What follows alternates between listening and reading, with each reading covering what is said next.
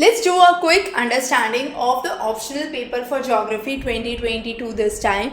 We'll first do the paper 1 analysis in this lecture, followed by paper 2 analysis in the separate lecture. Now what we have done is bifurcated the question which were based on contemporary and conventional knowledge for paper 1. So under the contemporary section, as we had discussed in our class on expected question, similar questions were there. So one of the important questions that we exceptionally focused on was climate change and food insecurity. A detailed lecture has been created in our complete course. You can refer that for more details.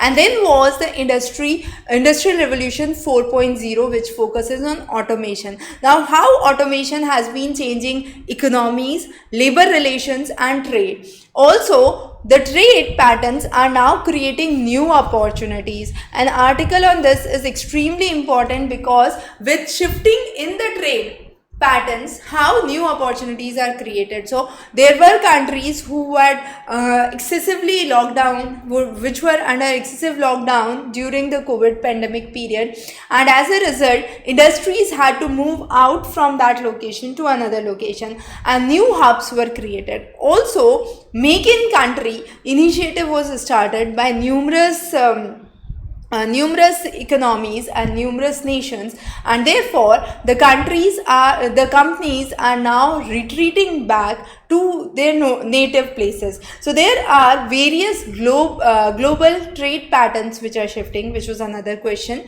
Now with the metropolitans and the rise of metropolitans, we have seen two important things. One was a question in paper 1, the other was a question in paper 2.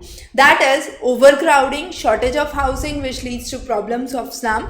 And again, the problem of slum with respect to COVID was another question in your paper 2. So both of them are intermingled questions, nearby concepts are required, but again a contemporary topic. The next was with global warming, how the surface temperature is rising and its implications on the aquatic as well as the domestic creatures, both the flora and the fauna. The next important question is the creation of pollution dome.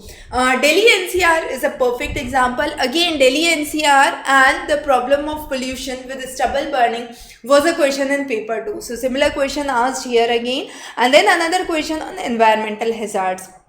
So as you can see, most of the questions from the contemporary section pertain to economic and environmental aspects. Coming on to the conventional questions. In the conventional section, most of the questions belong to, a majority of the questions belong to the section on climatology.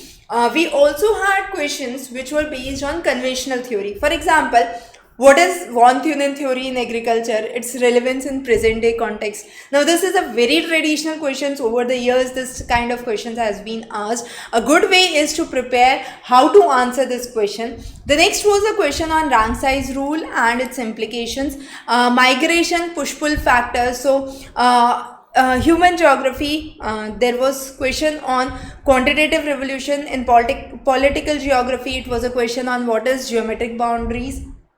Then extremely high number of questions related to monsoon, weather phenomena, specifically in paper 1 as well as in paper 2. There were questions on southwest monsoon, implications of unpredictability of monsoon, water connectivities, water disputes. So global wind system was one of the major questions in paper 1.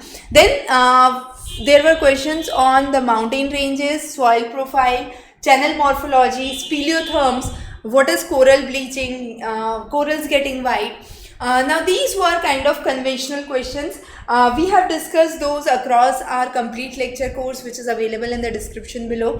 Attempting these questions, the conventional questions, is relatively easy in scoring, but when it comes to the contemporary questions which were asked, how do you frame your answers gives you a cutting edge. If you are able to bring in case studies, bring in recent statistics for your answers, you can definitely have a better edge than others in your answer writing.